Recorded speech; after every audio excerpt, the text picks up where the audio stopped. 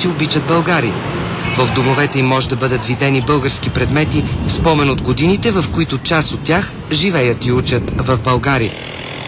Според официалната статистика, повече от 30 000 виетнамци са получили образованието си в нашата страна. Сред тях е и вице-президентът на Социалистическата република, която покани екипа на другата България в президентския дворец. Добро утро, всичките скъпи български зрители.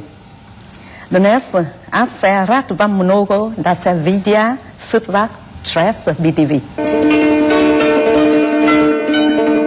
Tôi sống ở Bulgaria 4 năm và có lẽ là không bao giờ tôi quên được cái đất nước này. Về đất nước Bulgaria thì chúng tôi rất có ấn tượng tốt. Vì rằng là chúng ta biết rằng là cách đây 57 năm thì Bulgaria là một trong 10 nước đầu tiên cái nơi mà đã công nhận và đặt quan hệ ngoại giao với nước Việt Nam Dân Chủ Cộng Hòa, mà bây giờ là nước Cộng hòa xã hội chủ nghĩa Việt Nam. Và đây là một cái sự kiện quốc tế vô cùng quan trọng đối với một cái nước Cộng hòa non trẻ vừa mới giành được độc lập như chúng tôi. Đặc biệt là chúng tôi không bao giờ quên được trong những năm tháng khó khăn vất vả nhất, trong những thời gian chiến tranh gay go nhất, thì nhân dân Bulgaria đã giúp chúng tôi không những về vật chất và tinh thần, kể cả sức người và sức của. Từ đáy lòng mình thì nhân dịp này chúng tôi cũng xin cảm ơn nhân dân và nhà nước Bulgaria đã giúp đỡ chúng tôi. Và cũng chính trong những cái giây phút như thế này thì tôi cũng nhớ lại cái tác phẩm rất là nổi tiếng của nhà thơ Vlada Dimitrova, Vây giữa tình yêu. Đúng là trong thời gian chiến tranh. Và tác phẩm này là biểu hiện cao nhất của mối quan hệ hữu nghị Việt Nam-Bulgaria. Вице-президентът на Социалистическата република разказа за хората, които е срещнала в нашата страна, преподавателите и приятелите. Тя показа на екипа двореца, най-представителната държавна сграда във Виетнам. Дворецът е построен по време на френската колонизация. Години по-късно, след революцията, тук работи и другарят Хо Ши Мин. Khi tôi bắt đầu đặt chân đến Bulgaria và chúng tôi được đưa về Block 10, ký túc xá sinh viên ở Sofia. Còn một mình tôi thì lúc đó là ở tầng 2 là còn một phòng trống. Nhưng cái phòng trống đó thì nghe các anh các chị khóa trước kể lại là có một cô bạn rất khó tính, không ai có thể ở được với cô đó. Nhưng mà tôi đã quyết định ở với cô bạn người Bul này. Và quả tình là cô bạn rất khó tính. Và lúc đầu thì hầu như là tôi không có dám làm cái gì cả. Vì là bạn ấy nói rằng là đi học sớm là không được bật điện, không được ăn cơm ăn ở trong nhà, rồi không được tiếp khách ở trong phòng. Và chúng tôi cũng có to tiếng một số lần. Nhưng mà dần dần thì tôi thấy ở Vanya không phải như mọi người nghĩ. Cô bạn rất đôn hậu và sống nguyên tắc. Và chính những cái ngày ở với Vanya lúc đầu khó khăn như thế cho nên là cái tiếng Bul của tôi khá lên. Và bây giờ thì hình ảnh của Vanya vẫn in đậm trong trái tim tôi và tôi rất nhớ cô ấy. Và từ khi về nước đến giờ thì tôi cũng không biết là cô bạn của tôi như thế nào, vì chúng tôi cũng không có liên hệ lại.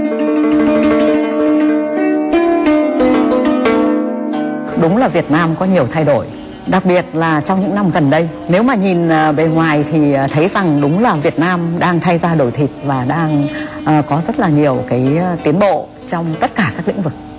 Sau 20 năm với một cái đường lối đổi mới năng động, sáng tạo thì chúng tôi đã thu được nhiều thành quả trên lĩnh vực kinh tế, chính trị, xã hội và ngoại giao. Về lĩnh vực kinh tế thì chúng tôi đã trở thành một nền kinh tế năng động của châu Á với một cái tốc độ tăng trưởng tương đối cao, bình quân 7% một năm.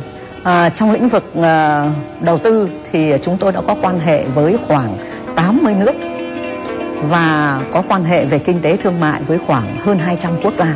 Cái thu nhập của người dân thì đến nay là đã tăng gấp đôi so với chỉ trong vòng một thập kỷ. Và cái xóa đói giảm nghèo thì giảm đi một nửa.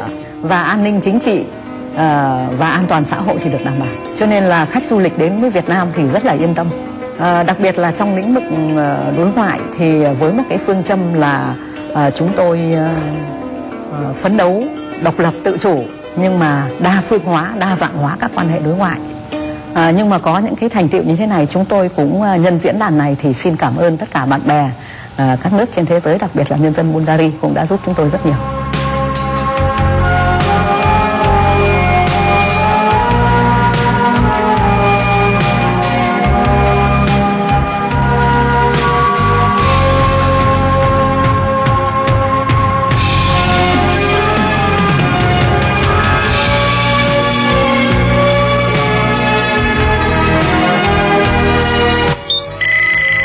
Последва смях от ерата на Кенеди с комедийния сериал Оливър Бин.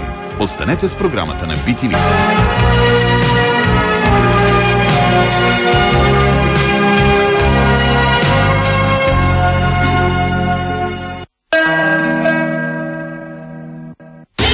ЮАР Йоханесбург. Китай, Пекин. Гледайте другата България с Нескафе Голд. Тази неделя BTV документите. Отново ще тръгнем заедно по следите на загадъчни факти. Какво се крие зад мистериите? Вие ще прецените сами. Гледайте днес от 16 часа предаването Зона Спорт на BTV. Ще разберете защо Атанас Озунов напусна Локомотив